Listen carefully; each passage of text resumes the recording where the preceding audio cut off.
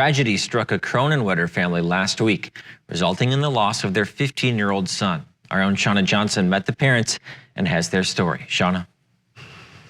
It's every parent's worst nightmare to lose a child. The reality of that nightmare became even worse for the Bird family after finding out their son Braden had fallen victim to a type of internet fraud that caused him to take his own life. Brittany and Luke Bird, parents of Braden, said this isn't something they ever thought would happen to their family. Braden was a happy kid. He loved his friends, he loved his family, he was in a good relationship. He talked to us about everything, things we didn't always want to know. Braden was an exceptional student who loved to ski, play baseball, and was looking forward to playing football again this fall. His parents said he was so vibrant and full of big plans for his future. We had discussions with him about internet safety so much. I had access to all of his stuff. This was the first year that we let him keep his phone in his room overnight. He never was able to do that before. Tuesday, March 4th, Brittany was working at her salon when Braden and his friends came in excited and making plans to go skiing in hopes that school was going to be canceled on Wednesday due to snow. But come Wednesday morning, her whole world changed. I went downstairs to tell him that school was closed and that he could ski. And I found him downstairs. And immediately we're questioning, this isn't him. What happened? We don't understand. But Braden left a note, and the first thing that note said is make sure he gets caught.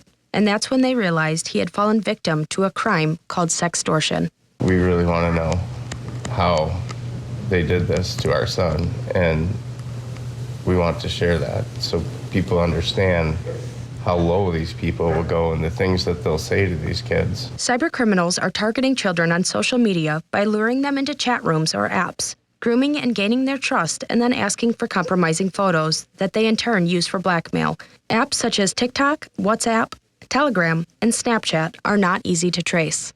A lot of times they'll make the kid feel like they are in trouble. They'll say, you're underage and you sent a photo of someone underage. You're going to go to jail. You're going to be a pedophile. This is going to ruin your life. They make them feel like there is no way out, and it took hours from when we saw him last for that to happen. Braden's case is still under investigation, but they have learned that Braden was sending the fraudsters money to stop the blackmailing, but it wouldn't stop. And we just told him a couple weeks ago that he's better than the biggest mistake he could ever make. And we had so much communication with him, and within hours, these people took all of it. Brittany and Luke encourage kids to advocate for themselves and their friends, to keep talking and loving each other through the hard days, and for parents to sit down and have uncomfortable conversations with their kids, often, even if it's difficult. I don't want to sound like a boomer with the internet age thing, but like seriously, like it's just our lives have changed. Our kids and the way they grow up has changed from the way that we did. And I think that people need to adapt to that and have these tough conversations.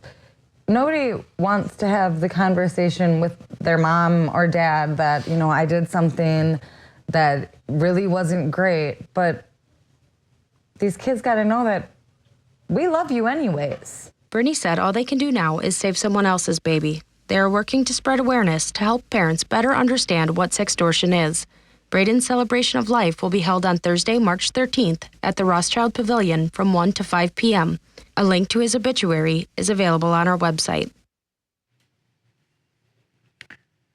And sextortion and other internet crimes are on the rise. In response to this, the Oneida County Sheriff's Office and the Rhinelander School District will hold a joint presentation to educate people about internet crimes. Other topics will discuss internet safety, law enforcement's role, and what people can do to prevent themselves or others from becoming victims. The presentation is on March 26th from 5 to 7 p.m. in the John and Dory Brown Performing Arts Center at Rhinelander High School.